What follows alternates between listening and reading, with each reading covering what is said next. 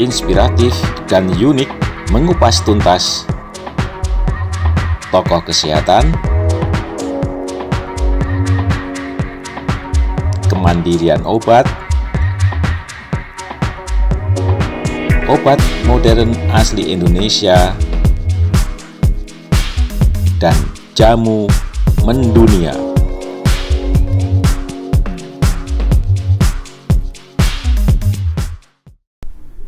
Apa kabar sahabat Krida Sehat Channel di seluruh Indonesia?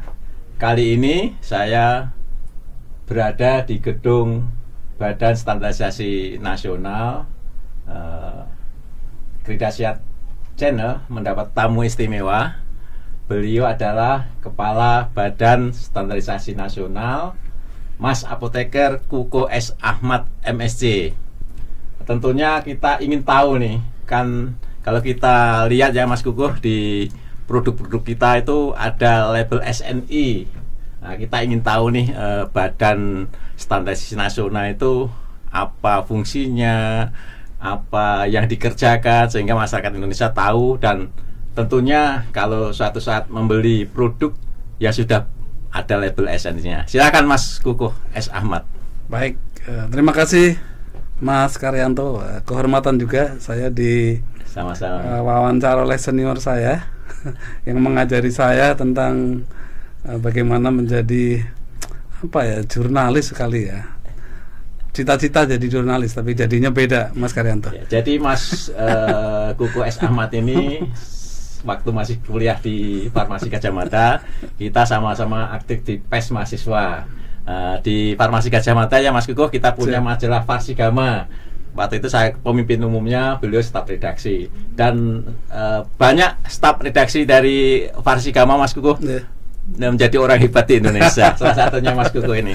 Silakan Mas Kuko.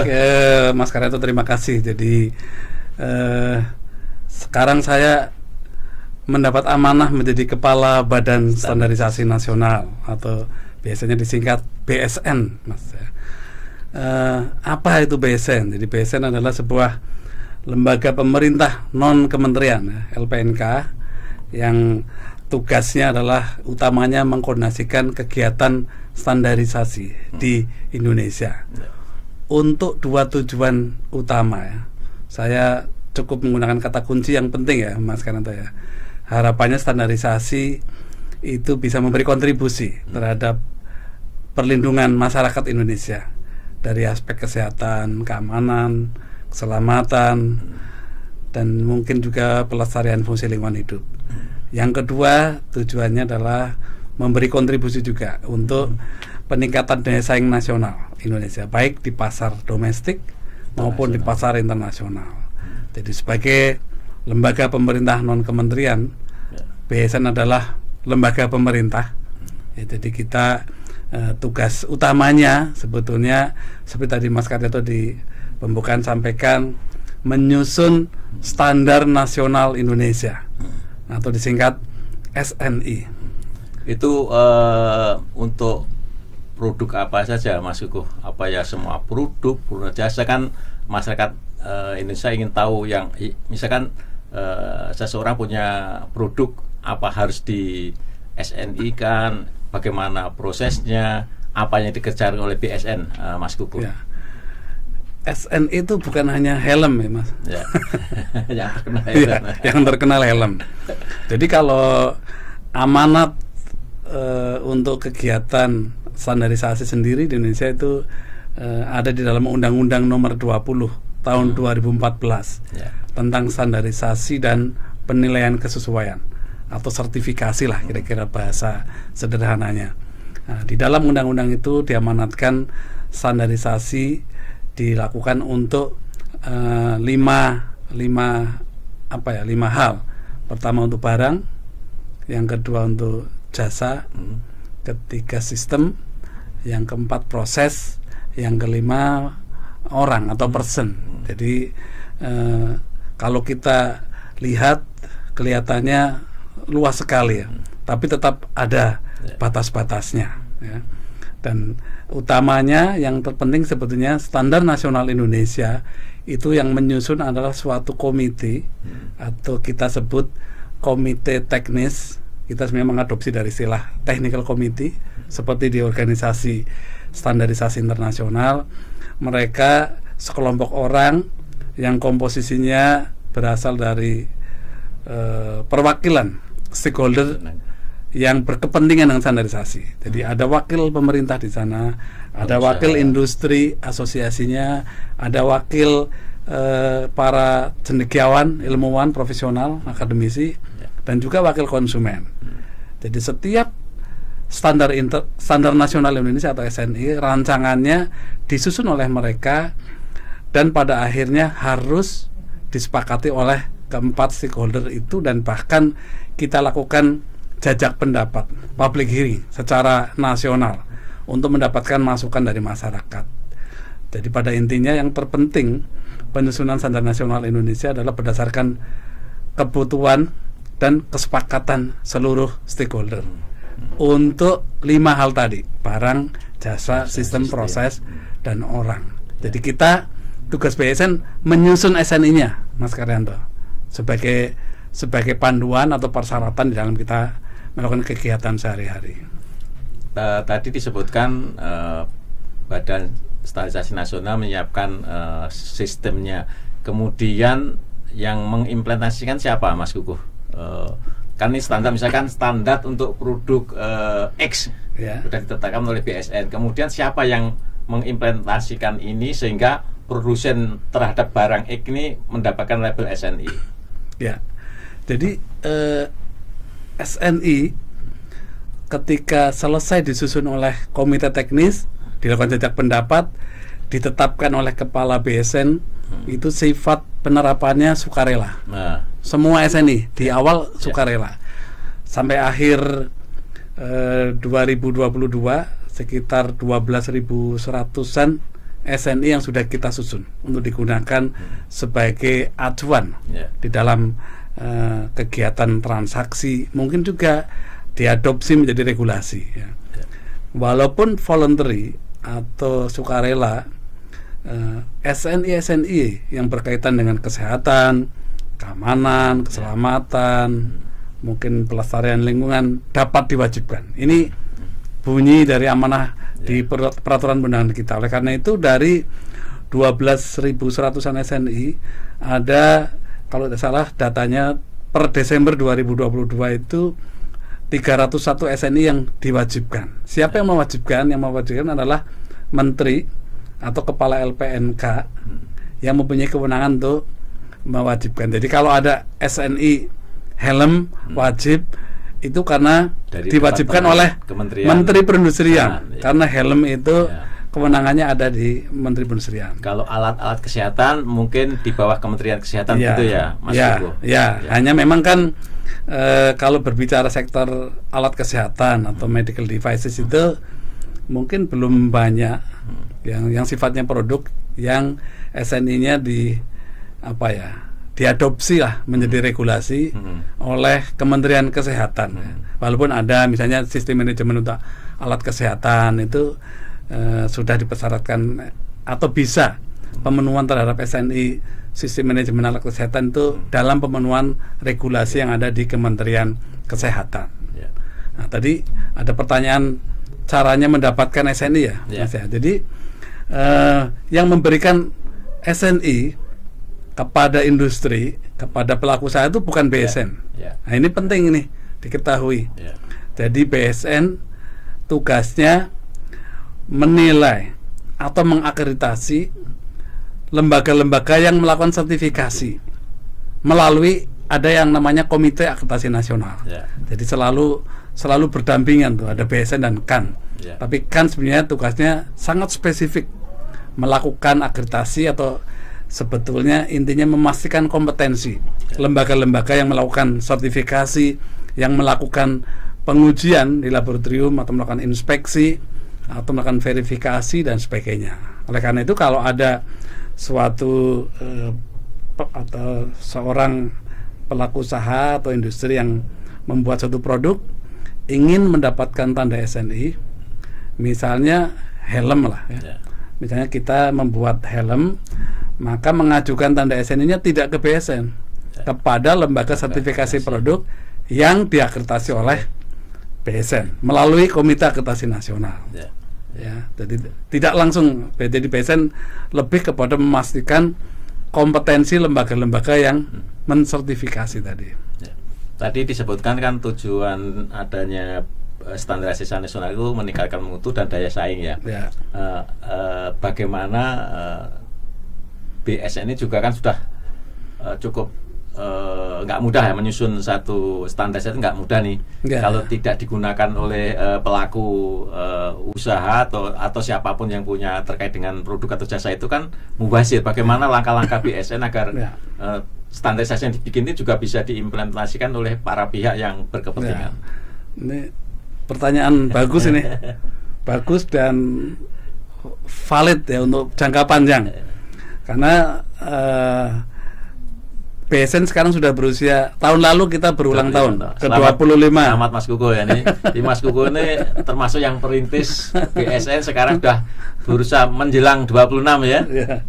Jadi di ulang tahun ke-25 tahun lalu kita juga melakukan refleksi ke belakang, apa yang sudah kita lakukan, apa yang kita capai dan seterusnya. Dan kita mendapat gambaran bahwa awal-awal BSN beroperasi, SNI yang diterapkan oleh industri, oleh organisasi, hampir semuanya adalah SNI yang karena diwajibkan. Padahal SNI-nya tidak hanya 301, yang wajib kan hanya 301. Padahal SNI-nya 12.000. Nah, yang lain buat apa? Kira-kira itu. Tetapi dari hari ke hari, dari bulan ke bulan, tahun ke tahun, kita berupaya melakukan banyak hal untuk menggeser. Karena kalau SNI wajib ya, namanya wajib kan, kalau kita membuat helm tidak ada SNI-nya kan nggak boleh dijual di Indonesia, nggak boleh beredar di Indonesia. Tapi kita justru sekarang mendorong agar SNI benar-benar bisa memberikan value added kepada industri, bahwa barang atau jasa atau apapun yang sudah menerapkan SNI itu memang bisa memberikan value added dan bisa lebih diterima oleh pasar. Kalau tadi ditanya strateginya ya, kita banyak pendekatannya ya. Pertama tentu UMKM ya, karena UMKM itu ya, kalau industri besar dan menengah mereka banyak yang dengan sukarela dari awal, karena untuk pentingnya branding mereka ya. Tapi kalau usaha mikro kecil ya, ini harus kita dorong ya. Jangan lupa tonton video menarik kami lainnya.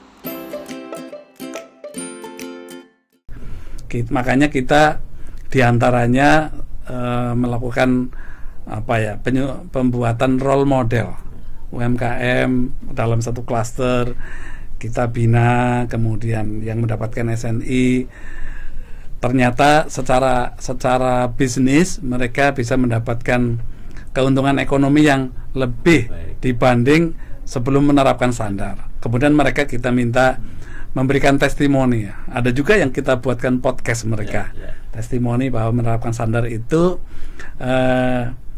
memberikan nilai tambah loh gitu. Tetapi ada satu hal yang sekarang menjadi tren internasional, Mas Karyanto. Jadi kita harus berpikir bagaimana next generation, generasi muda itu mengenal standar dari di usia mereka yang ya, kalau boleh saya sebut usia mahasiswa itu ya golden age lah. Mereka dibentuk di tempat di kampus, dan kita juga mengenalkan banyak terkait standarisasi di kampus-kampus. BSN melakukan MOU dengan mungkin hampir 100 perguruan tinggi di Indonesia. Kemudian kita menyusun bahkan silabus atau kurikulum mata kuliah standarisasi untuk mengenalkan mahasiswa terhadap pentingnya kualitas produk. Karena pada akhirnya nanti ketika mereka terjun ke dunia kerja, apalagi saya yakin ya, mutu itu di mana-mana diperlukan, standar di mana-mana diperlukan. Karena itu kita kenalkan mata kuliah standarisasi. Jadi ada perguruan tinggi yang memasukkan mata kuliah standarisasi sebagai mata kuliah wajib, silahkan. Mata kuliah pilihan, silahkan. Bahkan hanya kuliah umum, kuliah tamu 1 semester sekali, saya layani, saya datang ke mereka. Yang penting mereka mengenal. Tidak hanya itu, bahkan kita mulai dari usia sekolah menengah atas, Mas Karyanto. Kita mungkin 5 tahun terakhir kita aktif sekolah menengah atas, kita ikut standar Olimpiade, ya. Olimpiade standar untuk siswa-siswa sekolah menengah. Penyelenggaranya di Korea, selalu di Korea, dan kita tiap tahun mengirimkan delegasi. Tentu kita lakukan seleksi dulu secara nasional, ya.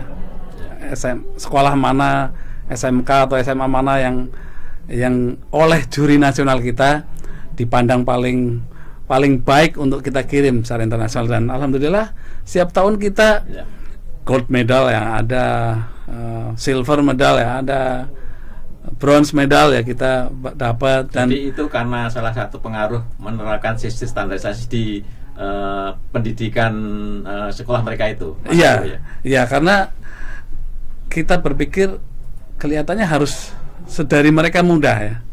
Kalau seperti kita mengenal standar sudah ini, ya, sudah di dunia kerja, mungkin ya banyak pertanyaan pasti di awal, buat apa sih, untuk apa sih, ya. Kemudian medsos juga tidak kalah penting, ya. Kita itu tidak mungkin lah sekarang, ya, instansi pemerintah semua harus menggunakan, wajib menurut saya menggunakan medsos, ya, untuk mengkampanyekan, ya, apa pentingnya standar, ya, melalui platform-platform yang ada lah, mungkin kalau boleh saya sebut Instagram apa dan sebagainya gitu. Dan itu juga gencar kita lakukan. Sosialisasi secara fisik, spot-spot kita lakukan, tapi kan itu costly, ya, biayanya mahal. Kita mengumpulkan 100 orang aja biayanya besar. Dan karena coverage Indonesia sangat luas, ya, kita diuntungkan masa pandemi kemarin, Mas Karyanto. Kita itu, saya rasa dari sisi sosialisasi kita dengan daring sangat produktif, berlipat-lipat dari masa-masa sebelumnya.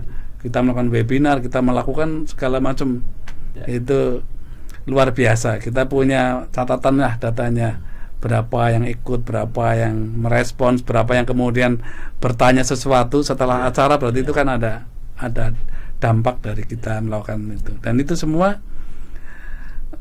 upaya kita untuk tadi meningkatkan kesadaran kita semua bahwa standar itu penting, ya. Kita tidak mungkin lah ke depan, ya. Pak Presiden selalu mewanti-wanti kita, sekarang eranya kompetisi, ya. Kalau kita nggak bisa berpacu dengan negara lain, mungkin kita akan terus ketinggalan. Makanya ini yang kita kejar. Saya ingin memperdalam, Mas Kukuh, kan kalau saya cermatin, ya, Pak Presiden juga para menteri kan terus mendorong program Bangga Buatan Indonesia. Tadi saya tertarik, BSN juga memfasilitasi UMKM. Bisa disebutkan sudah berapa, ya, UMKM kita yang sudah punya SNI? Kemudian pertanyaan ini, mahal nggak sih ngurus SNI-nya? Gitu. Saya jawab yang kedua dulu, ya. Mahal atau murah relatif, ya. Tapi sebagai gambaran, ya, sertifikasi untuk mendapatkan tanda SNI suatu produk, ya, sebetulnya biaya yang biasanya mengeluarkan biaya itu harus diuji di laboratorium. Itu dan itu memang biaya itu nggak bisa dibebankan ke siapa, harus kepada pemilik. Iya. Untuk menguji labnya. Iya kan. Kalau mau diketahui mutunya memenuhi syarat apa enggak, kan diuji dulu di laboratorium. Tapi ada yang cara ujinya sederhana, ada yang mungkin lebih kompleks, ya, yang menggunakan instrumen yang canggih, yang biayanya jadi mahal. Ini sebetulnya jadi biaya relatif bervariasi tergantung produknya, ya ada yang sangat murah, ada yang mungkin kurang dari 3 juta juga ada, tapi 20 juta juga mungkin ada. Tergantung produknya. Iya. Dan seberapa canggih dia ingin menguji mutu produk mereka. Ya. Kalau pertanyaannya jumlah usaha mikro dan kecil, saya lebih senang. Kalau menengah, kita anggap juga mereka mampu Ya. untuk self financing, untuk mereka bisa membiayai dalam mereka menerapkan SNI, tapi yang usaha mikro kecil yang harus kita bantu ya.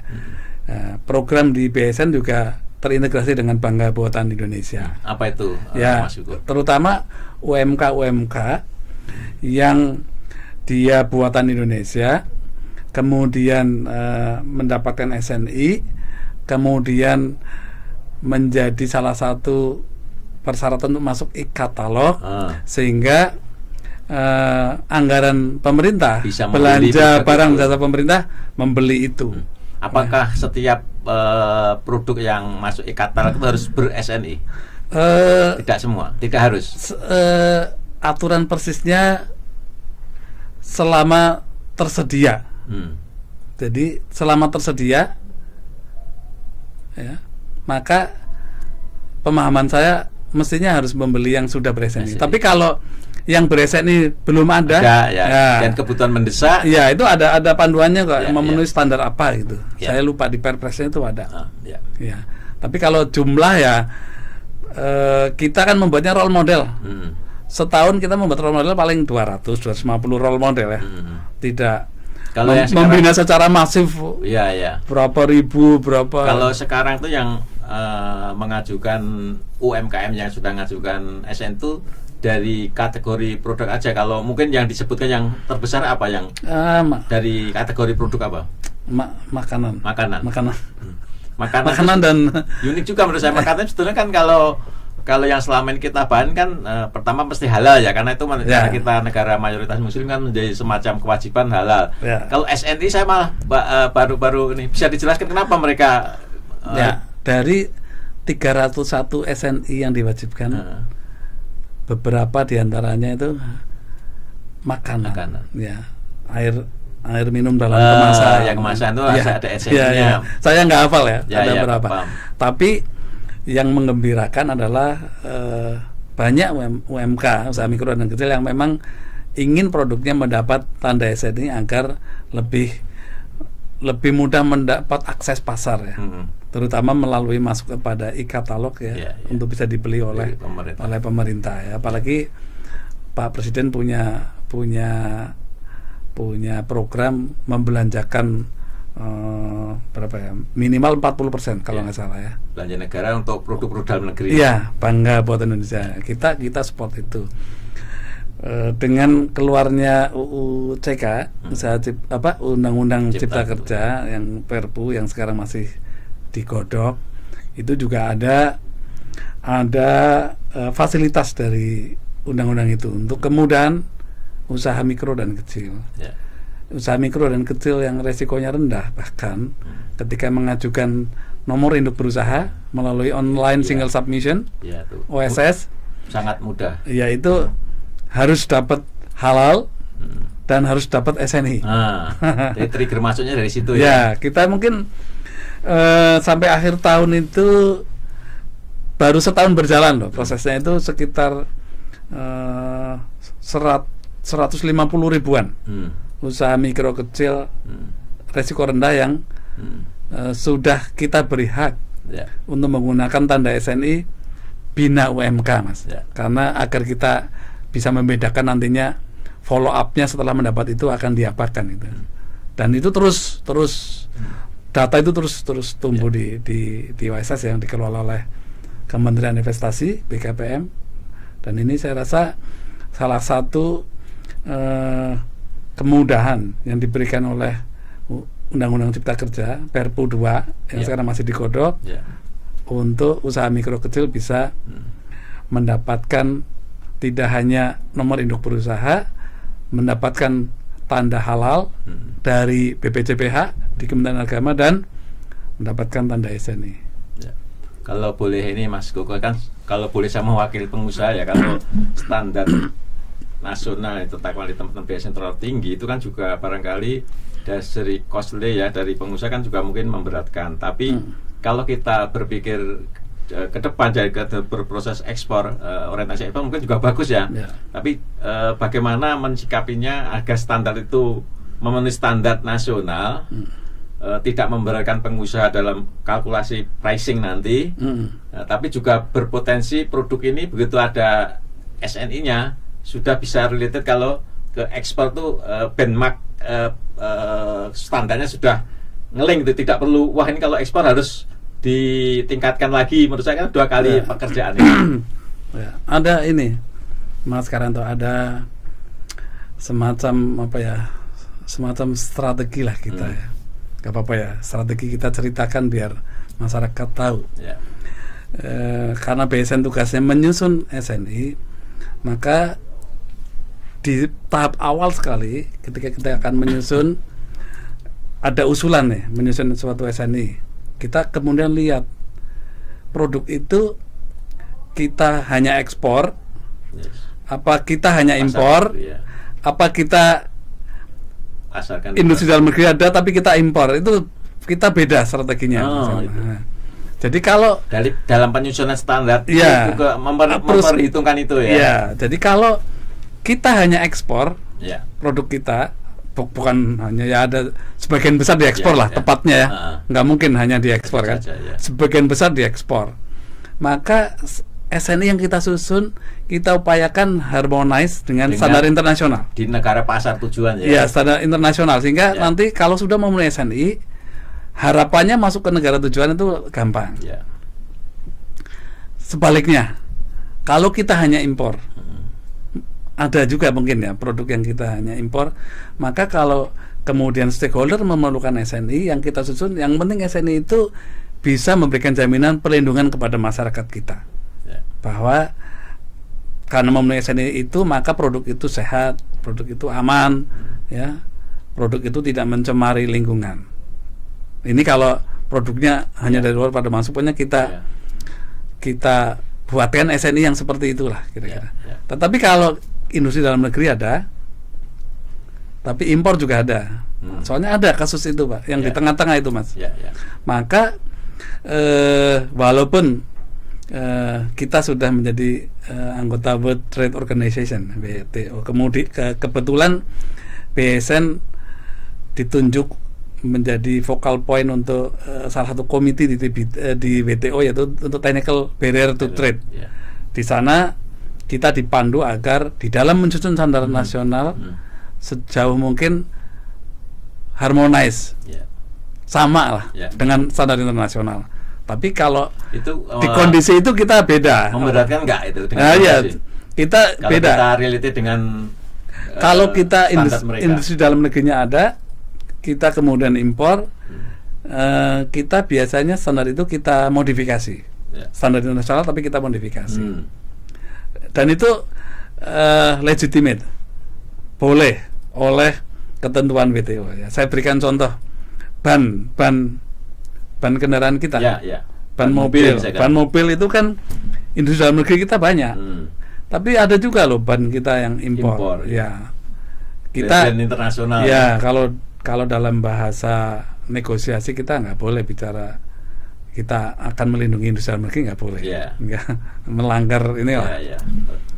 Non diskriminatif, itu artinya diskriminatif itu.